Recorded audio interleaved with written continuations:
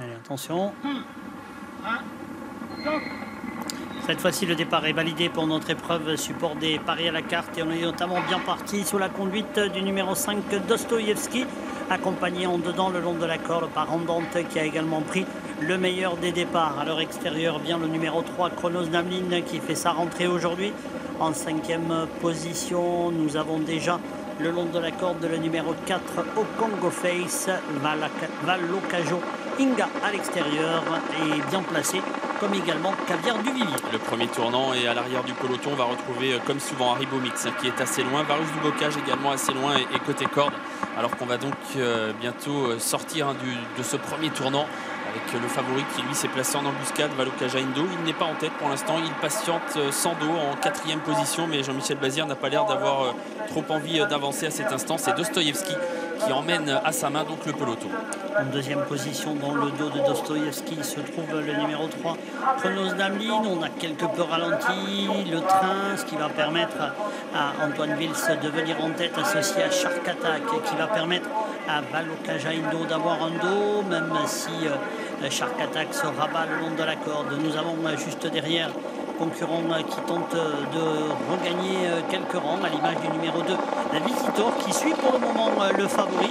Dostoïevski est maintenant 4e, suivi encore par Chronos Namlin, et le numéro 11, Aprion, qui trotte en 2e épaisseur. C'est tactique, hein. À cet instant il reste un tour à parcourir. On a vu Antoine Diels et Jean-Michel Bazir échanger quelques mots, un tour du but.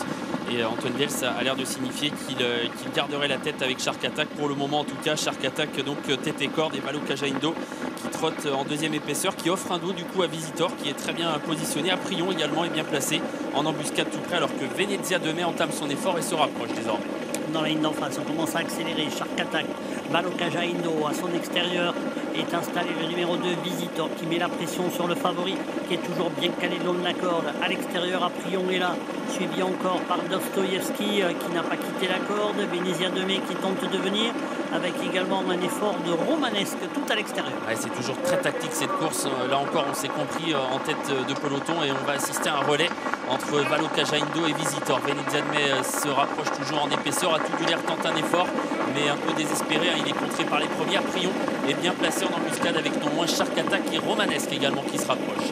Le tournoi final de l'épreuve, Valocaja Indo qui a un léger avantage, mais tout à l'extérieur semble venir avec des ressources. Le numéro 16, Atudulaire, Venezia de Mai est au centre, en dedans Visitor le numéro 2, alors que Romanesque va être décalé dans quelques instants. Aprion n'est pas très loin non plus.